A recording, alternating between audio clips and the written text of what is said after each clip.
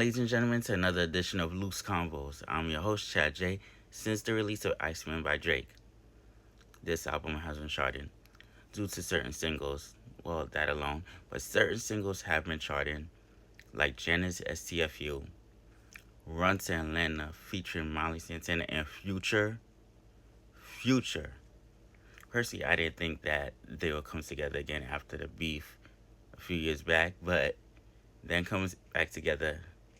That was something like shocking.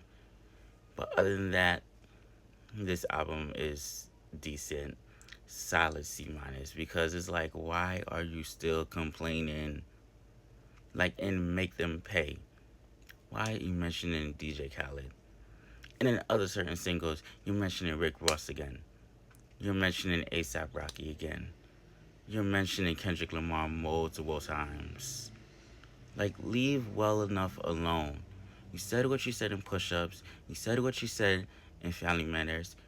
Why are you bringing back the past? It's just like, if you're gonna make them pay, do it through Iceman. Show them that you have stepped out of that zone of them taking shots at you.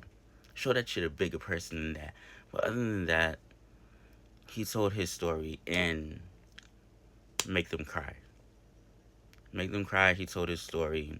Somewhat he told his story in Janice STFU, because ever since the single has released, he said certain things about his record label, and it's like fans have been speculating that Janice is a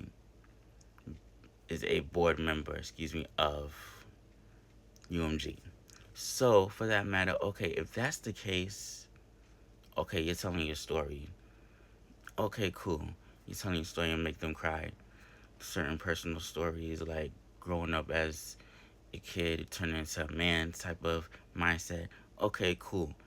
But then at the end of your album of Make Them Remember, oh, you all know me from the 2009 Drake, and you want to see that side again, but you're going to see a different side. If that's the case, don't complain anymore moving forward. If that's the case, do not complain moving forward. How are you able to last 2 or 3 years prior to the beef, not to bring it back up, just to complain more? Why? Why? If you want a victory, do it through some other direction, which is what you have done, sort of, with UMG in this case. Releasing 3 albums at once, leading with Iceman. You have Made of Honor and Habits. Those 3 albums that you have released just to fulfill your contract with UMG to get out.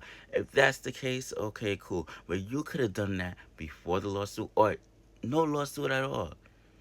It doesn't matter if you're saying like you're suing the man, not the rapper. Y'all not listening. It's the way you went about it. It's the way you went about it. He mentioned that on Beats on the Table, which was, okay, he's finally telling the truth again. He finally told his truth even before the beat switched on Beats on the Table, when he's talking about what he went through, and now he's back. But it's like, stop sneak dissing. It's old. Show how you overcome it, and then just end it there. End it there. Just end it there. But your strategy on releasing 3 albums with Iceman being the leading album in a sense, okay, cool. Cool. But that could have been done before the lawsuit. That could have been done before you went down the drain emotionally. Like, come on now. Now, moving forward, no more crying. No more crying. Overcome all that. It seems like you did it sort of an Iceman album, but overcome it even more. This album, in terms of grading, if that's the case, C minus. C minus.